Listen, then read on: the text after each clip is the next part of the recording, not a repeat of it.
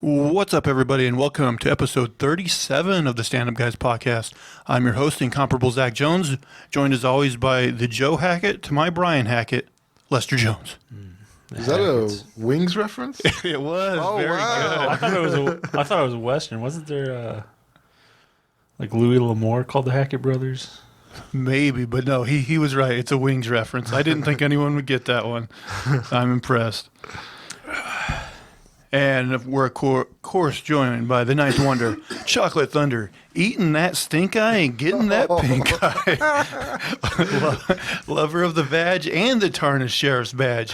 He's got two for the pink, one for the stink, tattooing the ladies with his Indian ink. The phenomenal A.J. Singh. Hello, everyone. Don't know what to say to that. You had a little extra time this week. Actually, I've done that one before, and you guys said it was bad before. I don't remember that one. Maybe your delivery was a little better. All right, guys, got any stories from the week? Anything interesting going on? Just watched Kong versus, or Godzilla versus Kong, and Yeah, we will be reviewing that later on in the show for everybody. I have been keeping up with Falcon Winter Soldier, even though I said I was going to watch it all at once. At the end, I can't help myself, so I've been watching it. You liking it so far? I am. I enjoyed the first. It kind of reminds me of WandaVision, how it starts out slow, and then it really picks up in the third episode. Cool. What about you? I don't really remember anything from this week other than I had like a gigantic zit in the crack of my between my ass and my leg that really took up a few days of my week.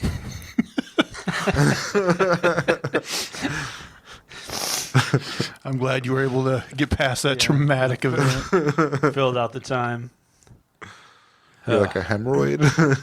No, it was like on the top of my leg, but it was like right in the crack where your leg and your butt and your ass or your butt and your leg meet. Okay. Yeah, so that was like, it was chafing me for a few days, and it was like super deep and wouldn't pop, and it finally popped. Then it was like all tender, and yeah. Yeah, I haven't watched a ton this week either. I just barely started the show Succession on HBO. I watched like 2 episodes. I haven't even heard of that, and I've watched a fair amount of HBO. It's kind of like Game of Thrones, only it's like this old billionaire guy who's like kind of got dementia, and like all of his kids are. It's like who's going to end up with head of the company or whatever. Oh, and then it's going to be like the mail clerk at the end of the season. Probably. And he'll be like, I played that old man like a fiddle. All I had to do was blow him 3 times a day. But I mean, in that situation, I feel like there's not that much to lose because, okay, you'll be the head of the company or you'll still be well off and taken care of. Yeah. Or you'll have a stomach full of jizz? What? I mean, if you're one of his rich kids, yeah, who cares? Yeah. Oh, the rich kids. I Yeah. thought we were talking about the clerk. Yeah, if you're the clerk, I was like, then you you just gotta- blow him for nothing. Doesn't sound like you got a lot out of it. He got that jizz. he got that sweet. All right, should we get this show on the road? AJ, as tradition dictates, we'll start with you. All right, well, this is a person much better than I am. A Goodwill employee finds $42,000 in donated sweaters. Sometimes employees at donation stores find cash hidden in couch cushions, but here's a new one. An Oklahoma Goodwill worker recently found $42,000 included with 2 donated sweaters. Andrea Lessing came across envelopes full of $100 bills. Lessing was going through the articles of clothing as routine inspection before putting them up for sale. Just for working here a month and a half, I've realized that there are a lot of things that have been donated. She told the news outlet, "You want to make sure there's a good product. There are no stains. You want no holes. You want no tears." And there are no rips, she said. The envelopes also had identifying information about who owned them, so the store was able to return the cash. Normally, we have no way of knowing who it belongs to. So basically, just go through the process. But found $42,000 in a pocket and returned it to the owner. Yeah, that would be my $42,000. Yeah, I mean, I'm thinking like when this girl's on her deathbed, she's going to be like, I wish I'd taken that $42,000. That you could see the world with that money, man. You'd almost try to justify it. You'd be like, "Oh, I'm sure this is stolen anyway," or something. Yeah, It'd something be like, yeah. "That's mine now." I mean, in my mind, it would be like if somebody had $42,000 to lose so easily. Yeah, that they You know, weren't even keeping they track of weren't. it. Yeah, Probably like a husband died or something, and that was his secret stash or something. something. Yeah, I don't know. But yeah, she didn't even consider stealing the money. So yeah, wow. I know when they were cleaning out my grandma's house, they found my granddad's wallet, and it had like it was something like $400 bills or something. When there's 4 kids, so they each got $100. Okay. I got the wallet. I still have that wallet somewhere floating around. You know, that girl Angela that I dated. Yeah. She got in a car accident, and she said that they stole everything out of her car in an accident, like her iPod, like money, her like chain, like they stole everything from her. Like who did? The Like, people who were supposed to help her, who got her out, the paramedics. And No, that's fucked up. oh, there are stories of paramedics stealing shit. Like, man. yeah. So I mean, this girl, she walks away from $42,000 right in front of her, and some people just don't care. well, I work in a big building. It's got a couple banks in there, and one day someone came into the desk, and apparently someone who had been in the bank took out a fair amount of money, and they had like it was like one of those like a set of bills like that thick, like wrapped. I don't know like what denomination. Usually they do like 20s or something, but it's like that was a shitload of money, and they just brought it back in. Oh, really? Yeah. Huh. I was like, damn, man, that's Yeah. it's got to be tempting. At least, I got to at least think about it. Yeah, I was like, I watched Justice League, and I was jealous of Cyborg. I'd be like, man, I'd be a billionaire. I'd be transferring wealth from this person to that person. Yeah, he had a lot of power. Yeah. apparently. Be like the rich are going to pay their taxes now. Yeah, to me. Yeah, he helped like one person with that power. Yeah. Which was nice. I mean, that was a nice Yeah. thing. But But there's people eating shit right now.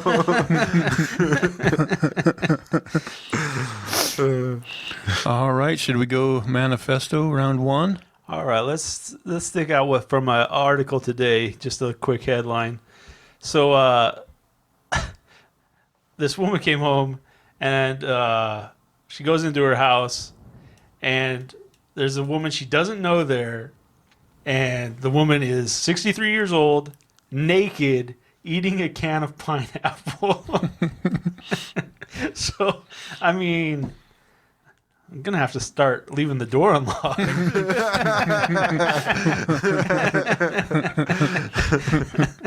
But yeah, apparently the woman lived like half a mile away. I don't know if she had like dementia issues or something. She told the police that they left the door open for her or something. But yeah, the woman just comes home and bam. That would be like the start of a scary movie. Naked for me. old lady. Yeah. You'd be like, what the fuck is going on? Yeah. Man, can you imagine some of the shit cops have to deal with dementia people? Yeah, that's going to be tricky. I mean, you just find somebody, they don't know where they're at, they don't know where they should be. Yeah. Like, what, you just take them in and you can't really put them in prison, right? You just sit there with them and be like, hope somebody calls about this old son of a bitch. Yeah. Even if it was your own house, like eating pineapples in the nude is like a weird. You're sitting around naked eating a can of gross ass pineapple. Like, not a problem in the fucking world. Like, other than being in the wrong house, this was totally safe. Yeah, this behavior. is completely wrong. Yeah, neglect the breaking and entering. This isn't right. Yeah, it makes you think, like, where did she find the can opener? Whose can of pineapples were they? Yeah. Did she go to the store first? Did she get lost from there? Yeah, was it her pineapple? Yeah. Was that it on that one? Yeah. I'll be honest, this is one of those stories that I don't know if it's true. I want it to be true. If it's not, the person who wrote this article has a great imagination. Okay. Actually, where'd it go? So the Mars Bars Up Ours Champ branded a cheat for using the small multi-pack ones. The world of competitive confectionery up-arsing is in turmoil after the man who held the Mars Bar Up Bum record had his title withdrawn. Mark Anderson had kept his record of squeezing 12 of the popular household treats up into his otherwise out-of-bounds bumhole since summer last year. But now the all-powerful International Anal Insertion Association has ripped the award back off the garden center worker for the or from West Derby, Liverpool. The outfit's official rules and regulations committee says Mark, 41, broke all their bum fudge guidelines as he failed to use standard size 51-gram Mars bar to pack up his fundament. And they're insisting his use of the smaller 39.4 gram bars from popular multi-packs means his record claim is now void. But Mark is furious that this was never pointed out to him at the time of the great effort and is demanding his title be reinstated. He told Sunday Sport, "You have got to wonder if anyone can contemplate the idea of getting 12 Mars bars up your arse. I'll tell you what, it takes a lot of time and effort to get them all in there, snugly fitted, without any chocolate leakage. To suggest that I was somehow cheating when really I was just being thrifty by saving some cash on the multi-pack is devastating. It has literally added insult to injury because having that amount of chocolate packed inside your arse takes some doing and doesn't lend itself to comfort." Mark is now comforted by his wife, Pat, 37, herself a record holder for having fitted an impressive 14 Fry's Turkish Delight up her front bottom. She said, "Our Mark has done his level best to reach greatness, and this is how those fucking snide cunts treat him. I'm worried sick now they might try to take my own title off me, too. All that work for nothing. It's enough to make a grown man cry, and it wouldn't surprise me if our Mark did. Not just when he set his record either." So That's definitely not right. Yeah, that can't be true. Although, if you're like into anal, that might be an interesting trend. Is to be like, you get a little Hershey's Kiss with your Hershey's Kiss. I will Like, say, what? You know what? This ain't half bad. if you're going to use a certain candy bar, a Mars bar is acceptable because they're just like bland. Yeah. You could waste those. Yeah. Yeah, you have to be careful. They're not like starting to melt or anything, because then it's just like squishing. They're going to melt up there. Yeah, you'd almost have to have like refrigerated Mars bars and like Yeah. shove them in cold and let them. But then they'd like get stuck maybe. If you stuck them in Couldn't cold. do too cold. Yeah, you wouldn't want to. You want to be like licking the ice cream pole, Yeah. sticking to the skin. Just a butt plug, permanent butt plug. So you don't think there's any way that story could be true? I mean, I want it to be true, but I am pretty skeptical. I mean, I think if you were really devastated, you just double down and buy some regular Mars bars, Yeah, try it again. or you could make the argument, hey, I had more ounces up my anal. Yeah, isn't that all that should really count is how many grams Yeah. you got up yeah. there? Pure volume. Yeah. I had more volume. 'Cause, up I mean, there. you could take however many and mush them into a ball, but that's still like that many. Now you figure like porn stars, like before a performance, they do some stretching and some, you make sure the cavity's ready. Oh, what porn stars do? They take a douche and they just shove it up there. Well, I think some like will stretch out because They do. be ready for the big guys. Oh wow, Like you don't want to go in, super tight that's for the big true. performance. Yeah, you don't want to get a big old thing up there. Like you want to be able to put a big hunk. I was going to make a big hunk pun, damn it.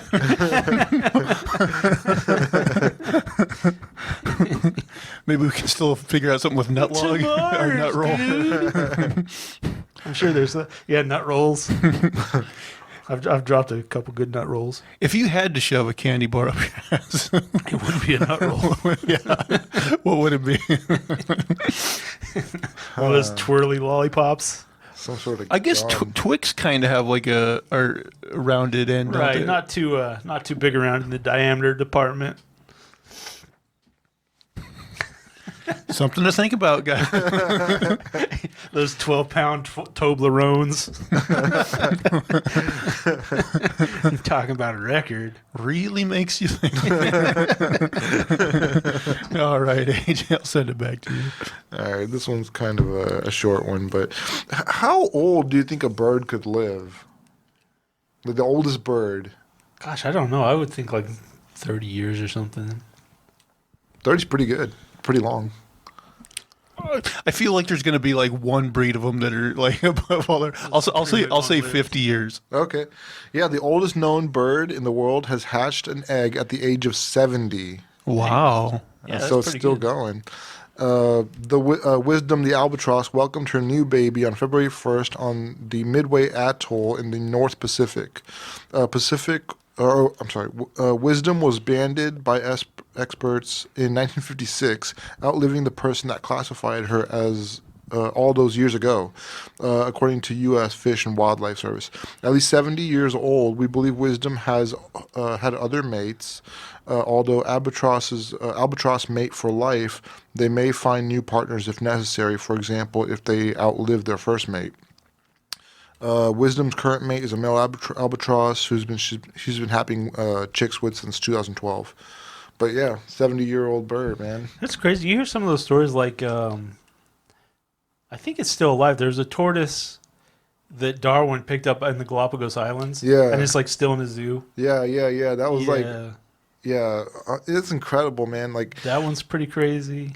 and I think whales can live a long time too. Yeah, I read one where like someone they got a whale and they found a harpoon in his neck that was sometime from the 1800s. Yeah. So pretty damn old. Mm-hmm. And it's been in there that long. That's crazy. Yeah, just fucking going around with a Poor fucking whale. harpoon stuck in your neck. Yeah. I mean, tortoises are the kind of famous ones, right? Yeah, they're well known for long age. Yeah. Yeah. But still, I mean, these not the lesser complex animals, you would think, like that can live so long. It's impressive. They've seen so much. All right, should we do manifesto round 2? Damn, you didn't skip anything? I don't think so. So kind of in the Easter week, there's a Canadian priest. So he's doing his service or whatever, his Easter service, and some cops come in to like enforce social distancing, and he just fucking swears them out and basically shames them out of the building, and they leave. But he's like yelling out that they're Nazis and all this shit, Yeah. and like they left. And I was just like, if this was like any business owner, they would probably have been stomping his fucking guts. Yeah. But he got them out, and they fucking left. I didn't know like what side to be on for that, because I get like you're supposed to keep people from like spreading the disease and like having these gatherings. I was like, I mean, it's their free will, and like if they want to be together on Easter, what's it anyone's fucking business? Yeah. But I actually saw another one today where like there was a bunch of people in like a bar/restaurant where some people came in. They were trying to say something to the hostess, and she's like, "It's private property, please leave." And like they weren't leaving, and then like the entire building started chanting "Get out" until they just like kind of freaked out and left, I guess. And I was like, "God damn!" But I don't know. Everyone's just sick of it, I think. Yeah. Yeah, I mean, if I was a cop, like even though it's Yeah, that would not against be the what law, I'd be I'd be like, it's one of those things.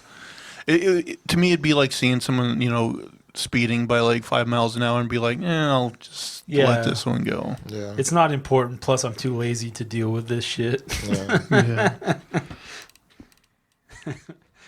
But there's like a fair number of us like, I haven't been cut in like 5 minutes. But I did hear that the pastor, the rabbi or whatever he was. Oh yeah, use a He priest. was like really letting them have it though. He went to him. Yeah. Yeah, I would leave too. I'd be like, "Yep, you got this, man." Because like he went back to like the Holocaust, and he was like referencing like this is just like they did back then, and he was like a young person at that time or something.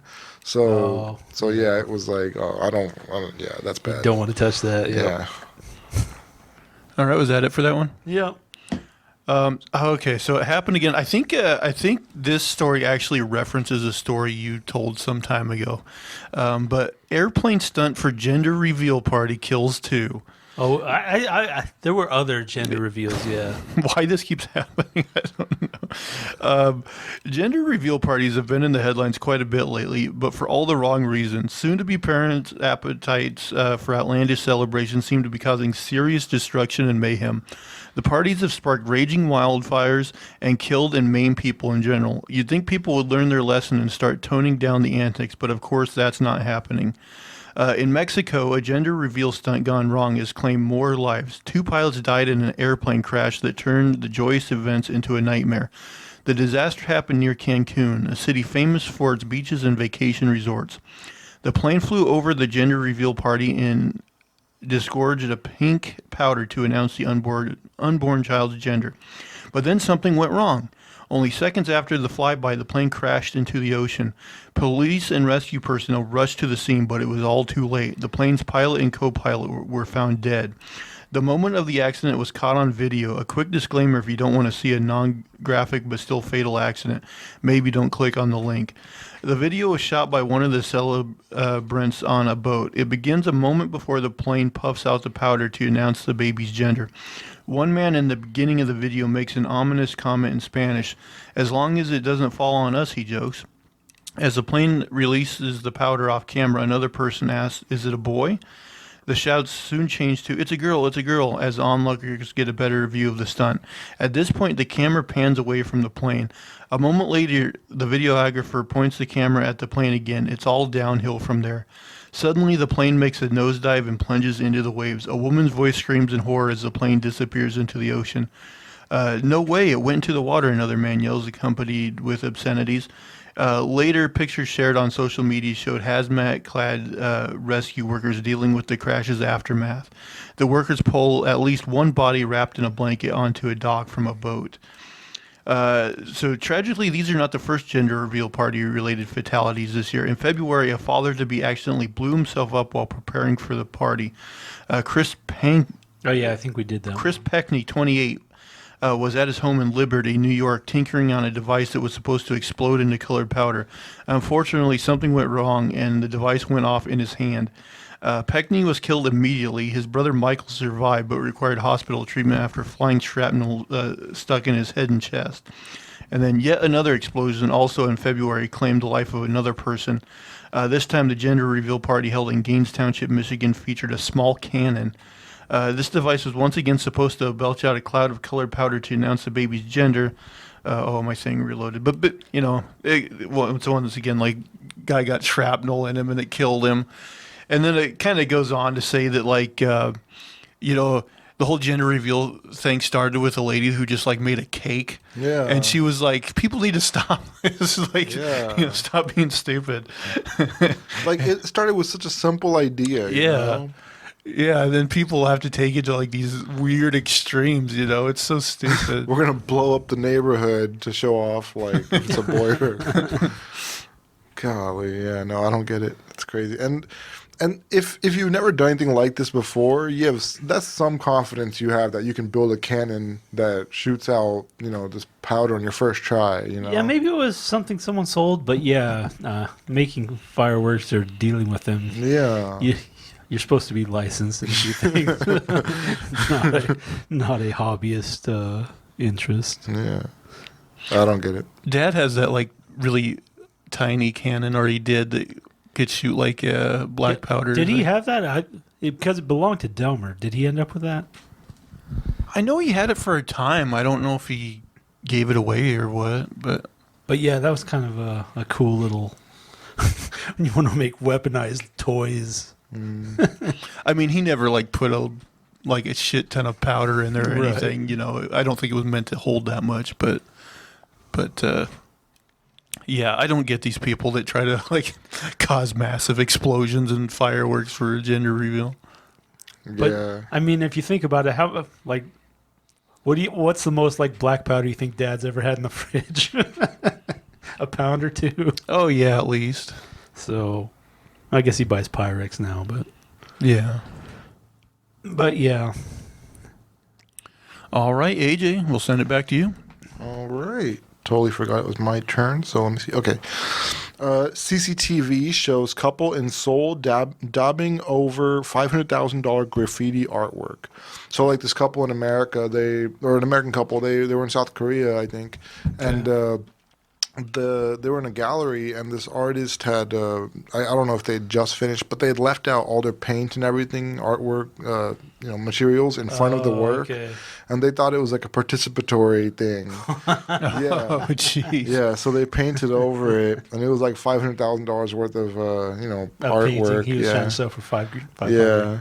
So they're trying to say like, hey, we didn't know. We thought it was like we could be involved or something. So they're in trouble for that now. But after hearing that the paint was right in front, I wouldn't jump to the conclusion that I can be a part of this. You're right. You wouldn't be know? like, yeah, let's get in here. Yeah, but also don't leave the paint right in front of the work and like leave everything out like it's still being worked on. Now the second question, I mean, I feel like this wasn't like a Michelangelo effort. This was something abstract garbage, right? It wasn't like, oh, let me don't have the let me painting. touch this Mona Lisa here. It looked like potato Jesus. Right. It was squares and triangles. It looked like a fifth grader did it, and they're like, oh, I can get in on this. All they added was some black paint to it. They just kind of covered up some stuff with black paint. So it was kind of like an abstract type of painting. Yeah. You But, know what? Fuck it. Yeah. 600,000. It's still like a stupid thing though to like see paint and be like, oh, and no sign or anything, and it's like, I bet this is everyone who passes by here can participate in paint. It's such a stupid like conclusion to jump to, Yeah. But I thought that was funny. Man, we're all ready to manifesto round 3. So I didn't write this one down. I looked at it earlier and I kind of forgot about it. But a woman in the Wendy's drive-thru, she got tired of waiting, so she sticks her head in the window, and then she pulls out a gun and starts shooting because she's tired of waiting for too long. Oh my god! I know you said she was tired of waiting, but the fact that you said it again as if it's an excuse to do this. Right. I'm thinking to myself, I've been there. I've been sitting there. I've been thinking, what the fuck are these motherfuckers doing? And at the end of the day, they're probably lucky that I didn't have a gun. Right? But this lady, she does it. She goes for it. Start shooting in the window. Where is everybody? I mean, that's the kind of motivation you don't really see in lower management these days. I mean, if anything, you need to pick this woman up, give her a job. Yep. Upper management. She'll get you on time. Get shit done. I would be that lady's lawyer. Now, to be fair, Your Honor, they were taking a It long was 35 time. fucking minutes, and she'd already paid. I mean, come on. It's a fucking burger. It's just Yosemite Sam in a wig. Yeah. And when she finally got it, they put mustard on it without asking. Now, that's a crime against humanity. No cum in the mayonnaise. What the fuck are you doing? Cumless mayonnaise. It's insane. Like, it happens multiple times where, people will call the cops because it's taken too long in a drive-thru. Yeah. I've heard, Well, what sucks is, you're not even at the front of the line, and you've ordered, and then you're like, oh, shit, this thing isn't going anywhere. Yeah. And you're like, I would rather, lose my $10 and just drive off. But you're fucked. You're like, you're just stuck. Yeah. So, yeah, I don't know. Was that it on that one? Do you want Crazy more? Well, for any of our female viewers, if we have any, if you're going through that time of the month, just know that it could be worse. Woman cries blood tears during menstruation in rare and unusual clinical case. A young woman's menstrual cycle brought tears to her eyes, but unlike most period-related tears, hers were bright red tears of blood.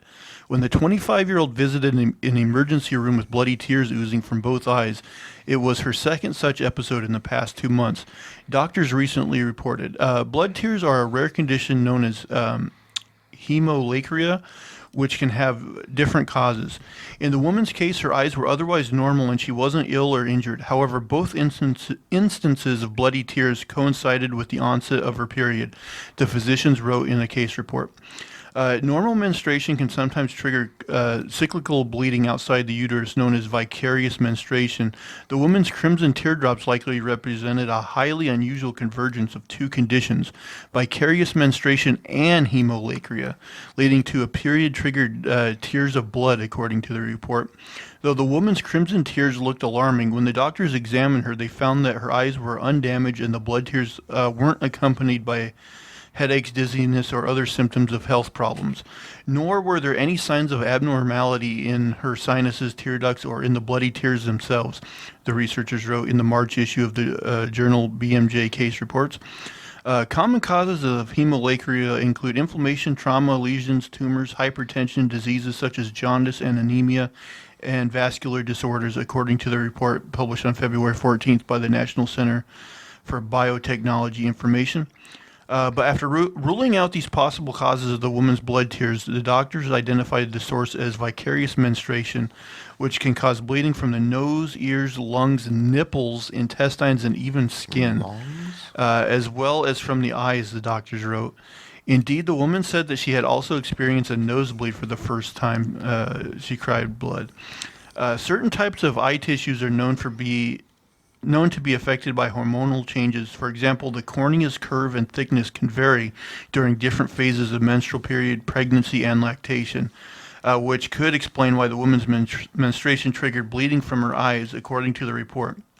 The doctors treated her with oral contraceptives, and after 3 months of hormonal therapy, the woman experienced no additional bleeding incidents. This is a rare and unusual clinical case, the doctors wrote, adding that there was nothing like it described in any recent scientific literature. However, more research would be required in order to understand exactly what caused the woman's bloody tears and to determine how such a condition could be effectively managed long term, the researchers concluded. So yeah, I just thought it was kind of wouldn't that freak you out if blood started coming out of your eyes? Yes.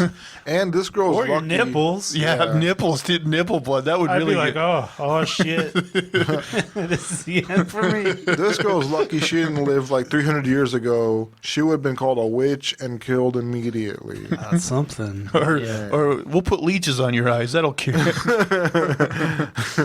I mean, that's like a horror movie trope. That's like when someone uses their psychic powers a little too hard. Yeah. And it's like, oh no. Oh God. That's true. It's always bleeding from the nose, eyes, or ears. There's some sign. Even on Stranger Things, when she uses her powers, She uses it so nosebleeds. hard. Yeah. Oh gosh. You got to show it somehow, I guess. I mean, if you're a guy, maybe it's a good thing. Okay, I'll be back in 3 days. It's raining blood. It's that time, huh? It's just tears and blood. Oh shit, not again. Wouldn't it be bad if, when we were super horny, we started crying cum? Anytime blood comes out your dick, it's a bad day. Nobody would feel sorry for us. You horny pervert. Look at the pervert. He's got blood on his jeans.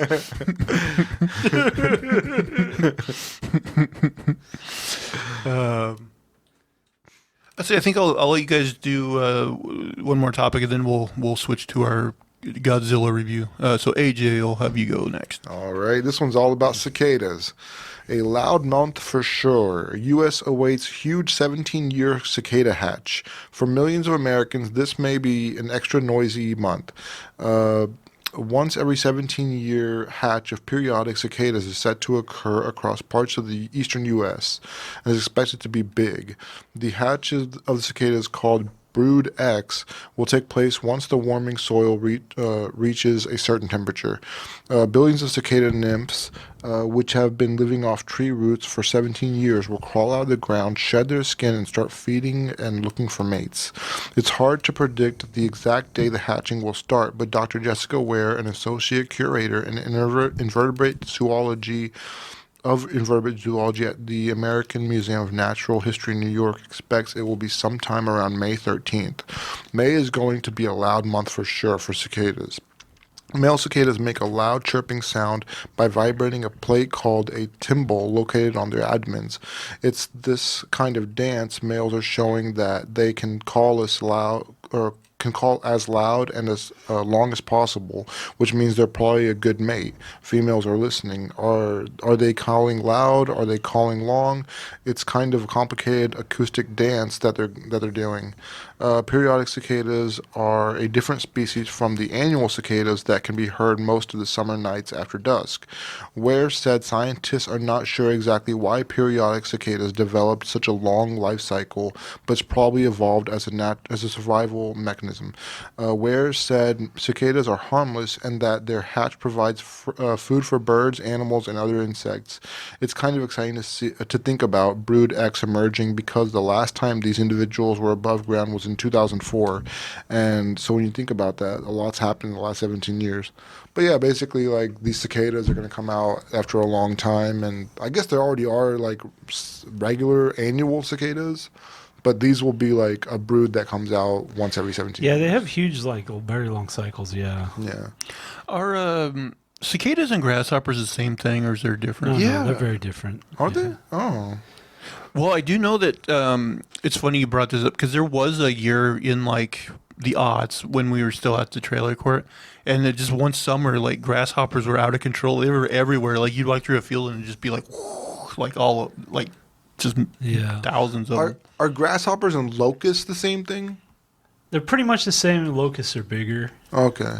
So I don't know what the exact crossover is, but I think locusts are like the gigantic ones. So basically, like grasshoppers, locusts, they could wipe out your farm. Yeah, apparently, yeah. When they have those big, like Big old what do they call them? plague. Not like a plague, right? Plague of locusts. Plague of, Yeah, they just say plague, of locusts, yeah. But one of our uncles was telling us about like a migration out. I want to say it was tarantulas. Ugh. It was something like Arizona or something, but he said you'd just be driving down the highway and there'd just be a ton of them. And he said it was just like driving on ice. You're just like sliding and I was like, that's really disgusting. Yeah, that's horrible. Well, I mean, we were talking about just yesterday that, you know, in Australia they recently, I think you said it was because of like floods or something. Right, they had big floods. Brought like spiders out in this one area and there was just like spiders everywhere. Yeah, I saw a picture of a guy like his like fence behind him was just like covered in spiders. Oh, I was man. like, but yeah, apparently they all got driven in from this big flooding. You can't get me to go to Australia. Oh my gosh. I've heard of Yeah, it's bad. I've also heard of like ants too. They do that. They have like these big lines of ants that like cross over and they kill everything in sight. They eat everything. Yeah, I think that's like South America, but they get these. Yeah, they get to like a certain size, and I don't know if they run out of food or something, but they decide to move their nests and just pretty much eat everything in front of them. Oof. One of my possible stories was a similar, like a story out of Australia about mice and how like the crops this year, I think they had like a bigger crop of something, and it just basically attracted more mice. But there's this video of this guy took at night, and like the whole ground is just mice. It's just moving. Yeah, just the whole ground's moving.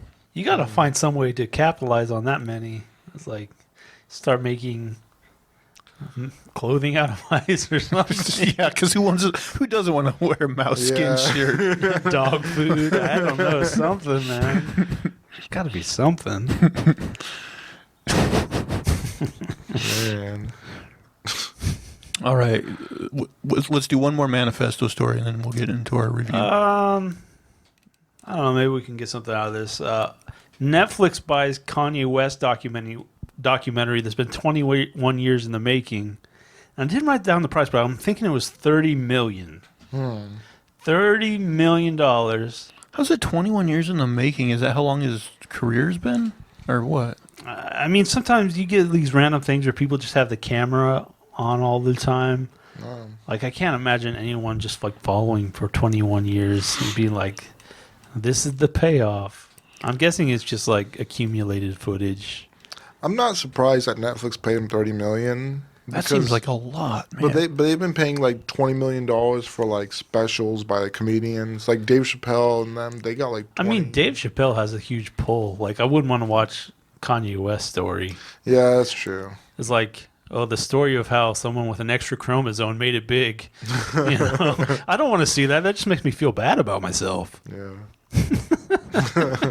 He's like, oh, he's been with the most beautiful woman in the world. He's clinically retarded.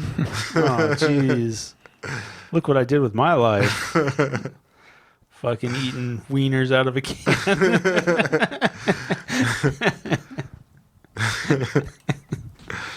I heard that Netflix paid for 2 sequels to that Knives Out movie, which I'm like, oh yeah, I like that movie a lot. But Netflix didn't make the original, huh? That was somebody else. That was a theatrical No, it release. was a theatrical release. I forget which company distributed it, but yeah, apparently Netflix is going to pick up the second two. That's cool. Yeah, I feel like Netflix has been a little shaky lately, but I think, not great lately. I think maybe that because you've had the emergence of all these other companies using their own content, they're probably not getting licensed for some of that stuff. Yeah. So, I mean, they've definitely been putting out a lot of their own original content, but I kind of wish it was a little bit better.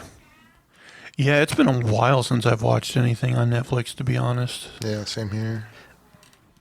What I have is just, it's weird. It's good to have because you never know, like, oh, they might drop a show coming soon or something like that. Yeah, plus there's certain seasons I wouldn't mind seeing another season of shows I like. But Yeah. It's one of those things like I would have canceled my subscription for a while, but my parents share that account. And I'm like, well, I don't want to screw them over if there's stuff on there they're watching, you know. So it's like they watch CSI over and over. And yeah. it's like, how could I do this to them? Actually, NCIS is the one they like CSI as well, but NCIS is the one they watch incessantly. Which one has Ice-T in it? That's Law and Order SVU. Oh. He went from fuck the police to becoming one. He figured out the secret. Yeah. But that was NWA. But still, he was in that. Like, in the whole scene. All right, guys, are you ready for Godzilla versus Kong? All right. I wasn't then, and I'm not now. The movie synopsis reads as thus.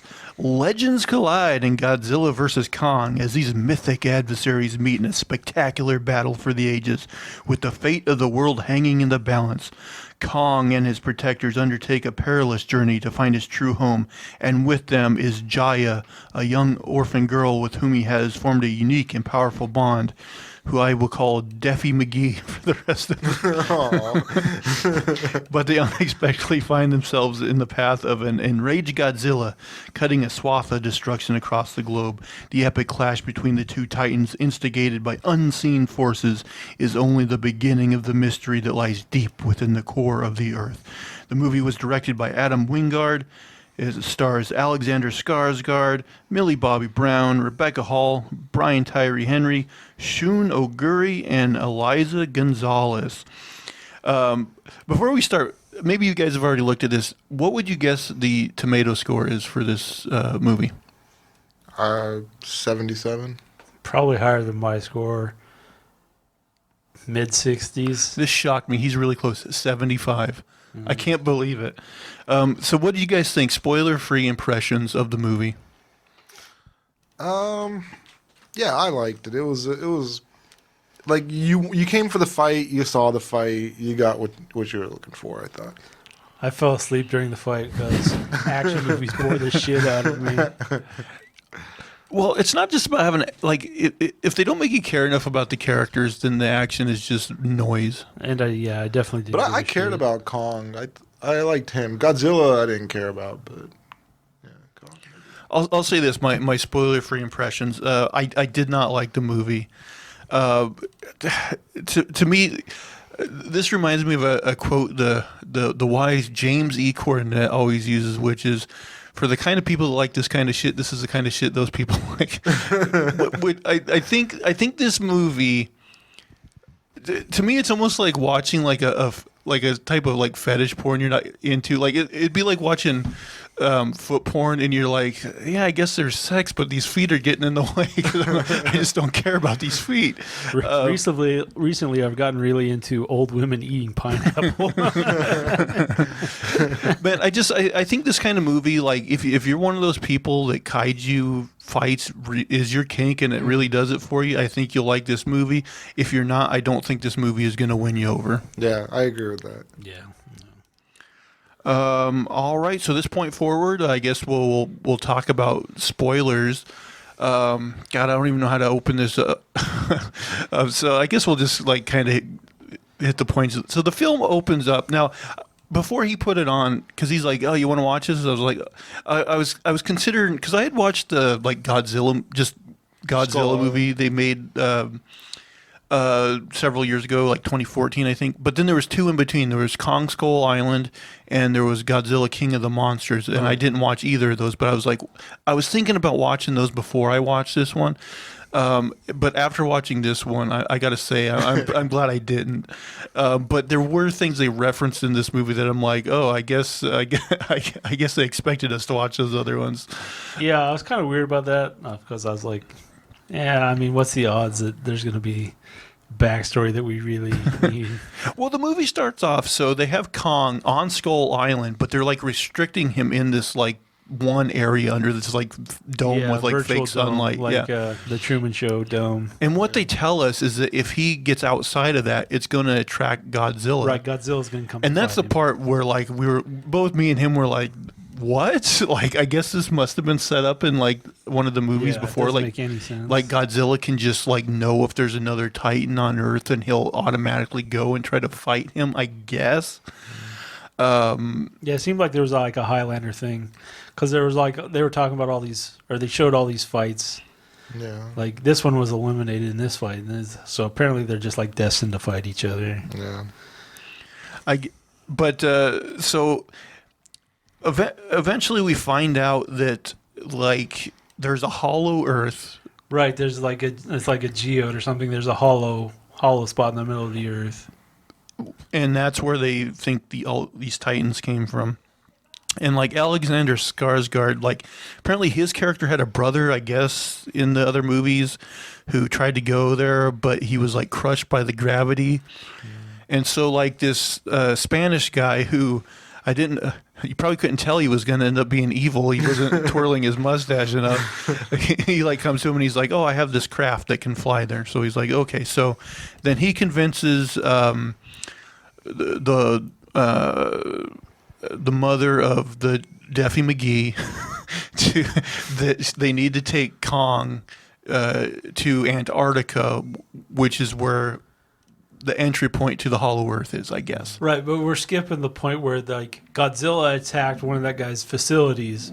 Oh, yeah, you're right. And then they're like, "Oh, maybe we can use King Kong to fight Godzilla." And then instead of just like shutting down the dome or whatever and letting, because Godzilla's going to be tracked there to fight him, they're like, "Okay, let's shut it down. Let's take King Kong out in the ocean." And then they end up fighting out in the ocean for no apparent reason. Well, I don't think their initial idea was... They didn't want to fight him. Yeah, they didn't want him to fight. They wanted Okay, so they were just trying to go straight to... Yeah, they were trying to get Kong there and hoping that Godzilla wouldn't attack him. But then they have the fight. Because they think if they get Godzilla to the source in Hollow Earth, that'll do something. I don't know. Yeah. Right, there's some like... Or he'll lead them to the source. They've got this new ship, but Kong is supposed to lead them through the portal or something. But yeah, I guess we should go back because you made a... So Brian Tyree Henry, he is the kind of African-American actor. He's like this like kind of conspiracy theorist guy. Like I think that whole storyline was off by itself. Yeah. And it was like weird. It didn't fit in. And like I fell asleep before it came to fruition. He worked for like Apex or whatever. He was like the He was a janitor. Yeah. Yeah. He was working. No, he wasn't. He was like an engineer. But he was like doing a podcast where he would reveal all their secrets and everything. I thought it was gross. Like he's trying to like download this information, and like the guy at the computer is like eating an apple, and like he makes it up, he like gets that guy to leave, and then he picks up that guy's apple and takes a bite out of it, and I'm like, that's so fucking gross. Standards are not in place. But anyway, he gets that information, and then conveniently, like that's when Godzilla attacks. And like he notices like there was some weird like reactor at that place, and that's why Godzilla attacked it or whatever. Well, they were making some weird creature that was supposed to be that Godzilla got his nuts in a twist. Yeah, so Mecha. Yeah. So that's another thing we'll get to. That's stupid, but It sounds like we're stupid. We might be. So anyway, they chain up King Kong on a big old aircraft carrier. Now, this is another thing I don't get. Was this really their only option? Because later on, when they get to Antarctica, they're like flying him in like a large hammock between helicopters. Like, is there no way they could have? And I know they maybe couldn't travel that far in helicopters, but could they not like take out like the world's biggest like jet or something? But there's also some premise that like they were doing this with his consent. And they're like, okay. Oh yeah, because As long as the little girl was there, he would go along with it. But the thing is like they know Godzilla's a risk, so wouldn't they want to stay out of the oceans? Plus, they were able to track Godzilla in other scenes. Yeah, they were. So they should have been like, oh, okay, he's coming now. Yeah. But not until he gets close. And by the way, Godzilla, he's a fast swimmer because he goes all over like really fast. But anyway, so they're on the boat. And I guess it's at that point we're introduced to the Spanish guy's daughter, who's also a real cunty poo, this I thought was stupid too. So like this is also where we find out that Daffy McGee, the little girl, she's been sign languaging to Kong, and like he understands. Yeah. Now they call the place on Kong. Or on Skull Island, Kong Observatory. Now they're apparently not observing him very fucking much, or else they would have known. They didn't have a camera on him at the whole time. They couldn't see that this little girl was signing and he was signing back. It's just really apparently stupid. they spent a lot of time together, and then also like the mother's supposed to be like she's supposed to have knowledge of Kong and work with him a lot, and then there's like one point where she's like trying to get the daughter away from Kong because she's apparently scared. It's like you let your daughter out there alone with him like before. Like it didn't make sense. So then Godzilla comes and they have a big fight across all these like aircraft carriers and like, I mean Godzilla, he's just like snapping them in half and like they're nothing. Yeah, and Godzilla's upper-handed that one was so great that like he should have just killed. Yeah, he should have just won right there. But the other thing I didn't understand is so like they're like, oh, let's like shut off our engines and like we'll trick Godzilla into thinking we're all dead or something, and that works. And it works like he could just use his eyes, but he doesn't. So like that part, like through psychic powers, he knows about this other shit you're doing in this facility across to the other side of the world. So that part I really didn't understand at all. Like I really don't understand all of Godzilla's power sets. So then, yeah, they get to Antarctica. They have Kong like in the hammocks between the helicopter, and they get him there, and they convince him to go into the Hollow Earth thing. And so they go through there, and they go all the way to the other side, and there's this, big action thing where the plane, the craft they're in, like almost crashes or, whatever. And then they're in this like fantasy place, this weird Hollow Earth place. And like he gets in a fight with like some weird like flying thing, dinosaur type creature. Yeah. But pretty much the whole sequence ends up being pointless. Like the only thing that happens down there is he gets some like axe that he can fight with. Like it's like a whole bunch of stuff. And yeah, there's a couple of little fights and stuff. But it's like it just gives nothing to the plot. It does. They do get that like energy thing for the mecha, to like go off later. Well, is that from the axe? Like no, not from the axe. They get like a little. That's right around where I was falling asleep. Oh, okay. So the Spanish guy's daughter, like she has this like drone thing deployed, and it like takes a sample of the Earth right there, and apparently they somehow used it that transmits a signal back to her father in that lab he's in, and that somehow, I guess, gives him the key to making Mechagodzilla. I don't know how they were able to use that thing to make the Mechagodzilla like power on or whatever, because they were just saying it's at 40% power before, and they needed this to like boost up the power. But I don't know how they used it from all the way over there to get power over there. I don't know. There's so many convoluted weird things.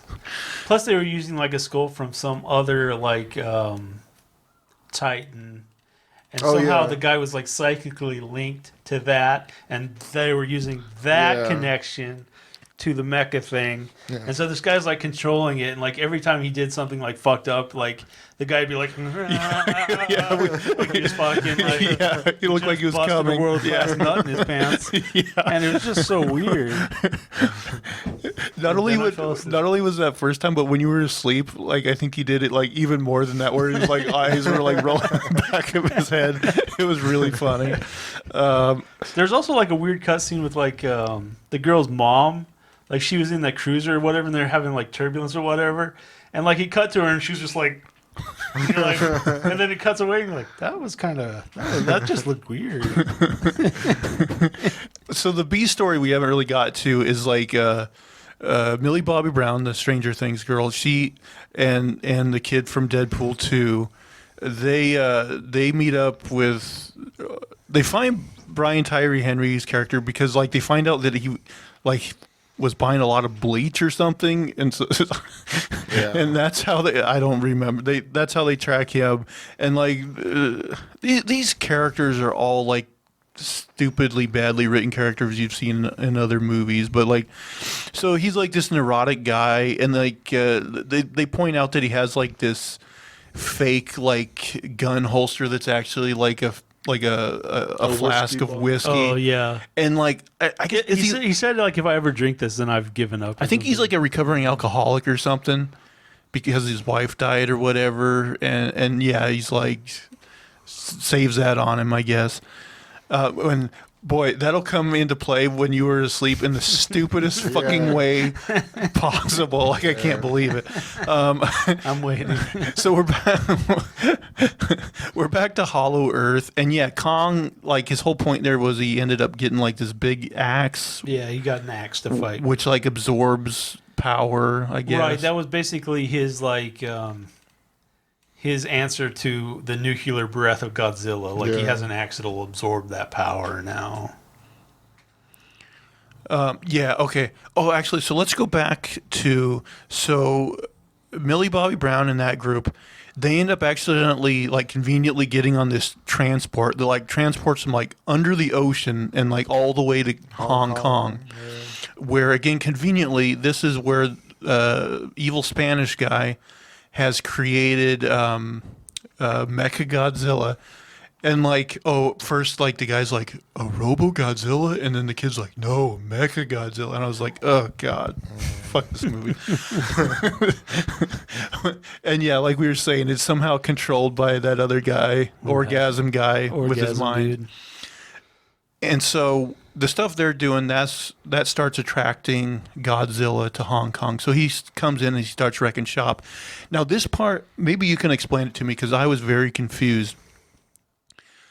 Godzilla, it's like he can sense Kong in Hollow Earth, and he like uses his atomic breath and like drills a hole through the city of Hong Kong, like all the way down to Hollow Earth, right where Kong is. Okay. Yeah, I can't help you with that. I was like, this makes no fucking sense. Yeah, it didn't make any sense. I missed that. Like they went all the way to Antarctica, went through that hole, went to Hollow Earth. He goes to this cave where he gets the axe, and then Godzilla's in Hong Kong. He literally uses his atomic breath, and it punches a hole in the earth, goes all the way exactly to where King Kong is. Yeah. And so Kong, there's like a fight down there between like these big like bat pterodactyl type creatures and like some of the people that were like in those crafts or whatever. And so Spanish guy's daughter ends up dying,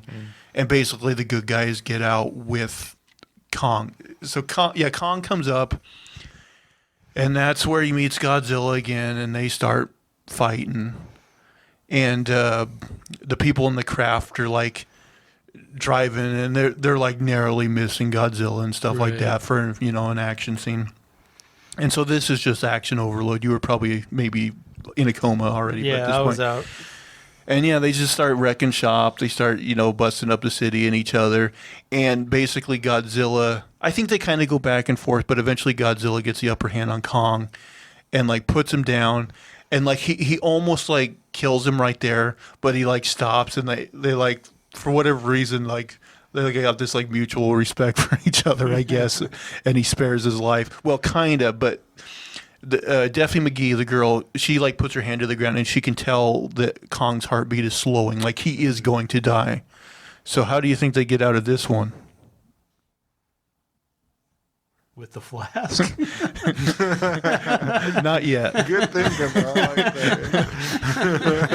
that. Not yet, but it's just as dumb. So they take that flying craft they had, they land it on King Kong's chest, and then they like set it to basically overload somehow, so it gives him like a defibrillator and wakes him back up. So in the meantime, I think this is where they finally unleash Mecha Godzilla. Yeah.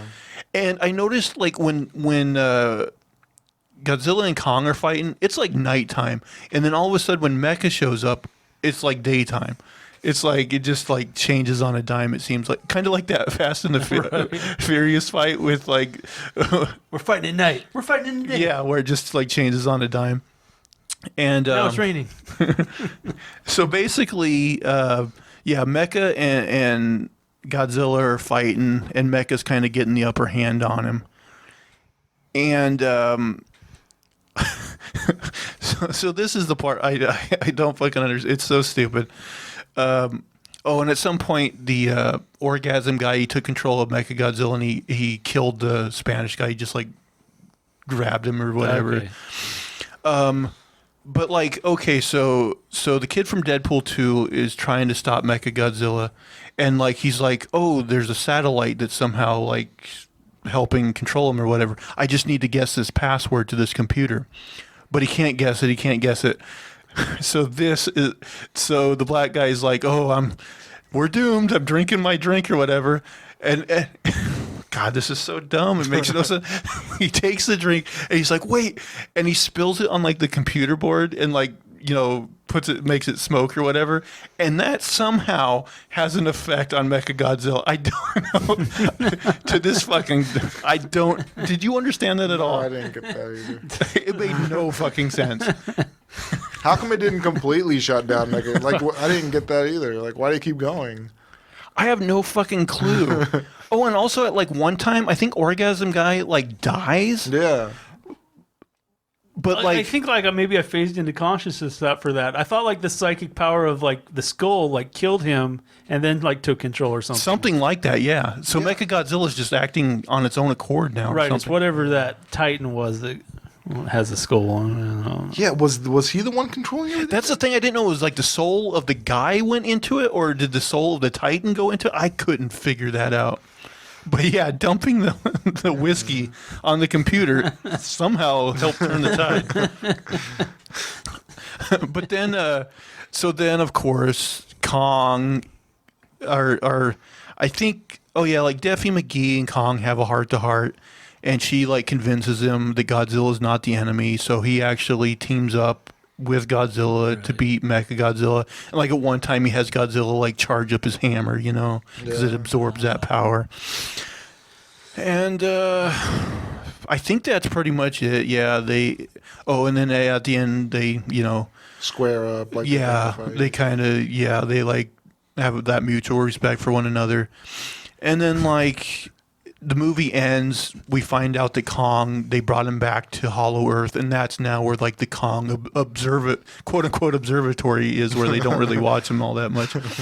So it's pretty hilarious that like this whole like side character with the conspiracy theorists and the kids, like they used that thing for the whole thing where it was basically pointless for him to like pour a flask on a computer. Yeah. To make zero fucking sense. And it wasn't him that poured it either. It was the Deadpool kid. He like took it away from him so he wouldn't. And then You're a genius. Is anybody else? and he said something like that. I don't remember what it was, but it was fucking stupid. Like, are you guys not concerned with the fact that like these two little kids ran away from home and met this stranger? Right. This is just.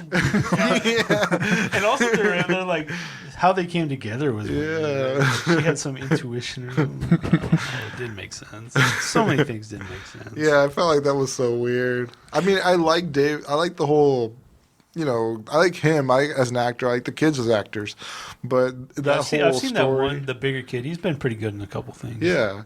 Also, the Stranger Things girl. Yeah, she was great. Yeah. Yeah. So they're good actors. It's just kind of a strange story right there. Yeah, none of it. I'm not really blaming any of it on the actors. I just think this movie is like stupidly written. Yeah. It's just awful. Yeah. It's basically just like we know the people that like these movies like the action. We don't really care about the plot. Just somehow get them from point A to point B and get them fighting. Yeah, I was about to skip through the beginning of the movie, but I was like, you know what? I mean, maybe it matters to this movie to watch it, but at the end, no, it doesn't really. Just watch the fight. But yeah, like the group with the kids, like it was just convenience after convenience. Like they just happened to, track down the guy, and then they just happen. He knows happened where to have the access. to yeah he's got everything. access to that They place. happen to be And in the even- right place at the right time to get on the transport. On the transport, Yeah. and then right when they get there, they're doing a test with the Mecha Godzilla, so they discover all that stuff, Right. and then for a long time they're just walking around in that facility, and they discover like all the thing that controls the Mecha Godzilla, and they'll finally someone notices them, and then Spanish guy's right there to explain everything. Yeah. Yeah, I mean, I guess that was just all of that was just exposition trying to tell us what's going on the other side, but it was just awful. Yeah. Yeah. I mean, yeah, I guess if you just are someone who can really like action, this movie's probably for you. But if you want anything deeper, I cannot recommend this movie. So what would your final score be for the 2/3 of the movie you saw? I'm like at a 4. Yeah, I think I would go like 3 just for the effort of all the animators. Yeah, I mean, the huge thing for the graphic department. So you can definitely tell they spent a lot of money in that. Yeah. What about you? I know you liked it more than we did. I'd give it a 5 and a 5.5 out of 10. Yeah, because So still not like super duper high. Yeah, but it's good enough to watch if you just shut down your brain and just watch the action scenes. It's just like Pacific Rim. You watch that movie just to see the kaijus and the robots fighting. That's another movie I tried just because I like Del Toro, and he directed it. And still, I found that movie pretty mediocre. And I don't really remember much from it. I remember watching it and not being like over the top or. Yeah, I thought that was pretty bad. Actually, the one thing I remember about that movie is it was like a really bad like theater experience because this bitch behind me talked the whole movie. It was like she was on her couch at home and she was just like commentated over the whole thing. It was like, oh, look how he walks. Or it was like, oh, here comes the love interest. I was like, God, man, shut your lady theater. up, guy.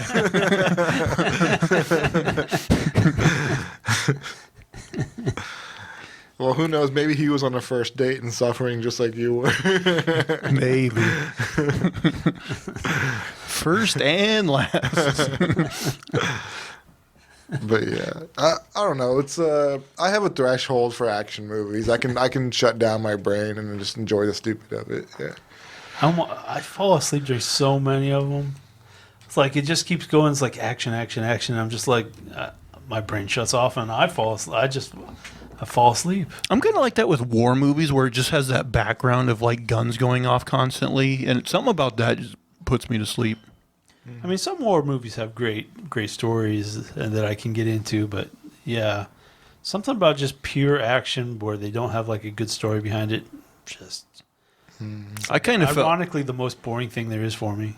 I felt that way about the Aquaman movie too, because I watched that, and it's like you get to the end of that movie and it's like there's all this stuff going on, but I kind of gave so little of a shit about the characters that I'm just like, yeah, okay. I was just bored by Yeah, it. it's just a fight.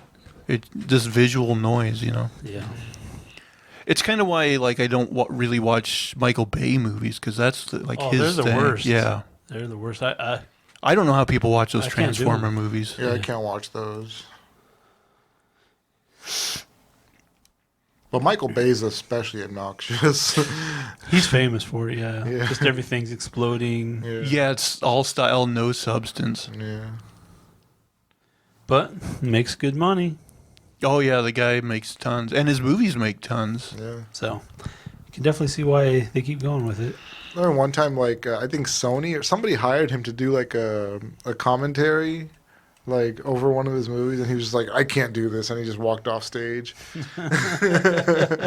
Oh yeah, I heard about that. Yeah, I don't remember what it was exactly, but yeah, like he just got like flustered or something and like Yeah. couldn't do it, and he just like left. Yeah, it was weird.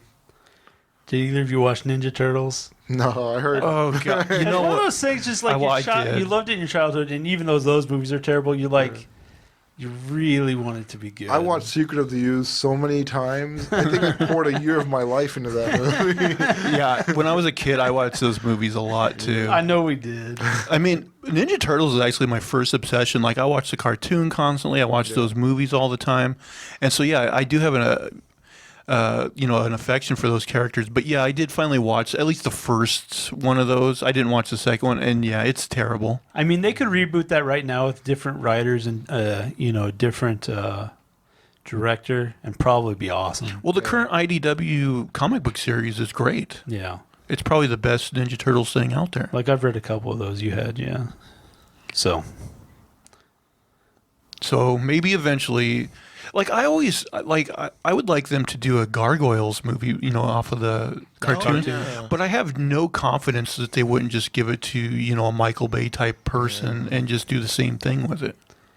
yeah, that would be. I mean, you definitely have some choices to make if you're going to do that. So I don't know. All right, guys, you guys got anything else to add to this show before we wrap things up? I'm good. I thought it was funny in the movie where the Daffy McGee girl, she says coward to that guy. Oh, And then yeah. later on, he's like, "We're all cowards." Yeah. That was kind of funny because he was trying to say they were brave. But yeah, other than that, that's my last touch on the movie. Everything's good. All right, guys, that's going to do it for our show today. Thank you, everybody who listens or watches on the YouTubes. If you like this, please recommend us to a friend or anybody. Word of mouth helps. And also, like, subscribe, all those things. Write us a positive review. And follow us on the social medias. Guys, where can people find you on Twitter? I am a name for this too, and that's number 2. At unsolicited SUG. And you can find me at Zach Jones Live. That's ZachJonesLive.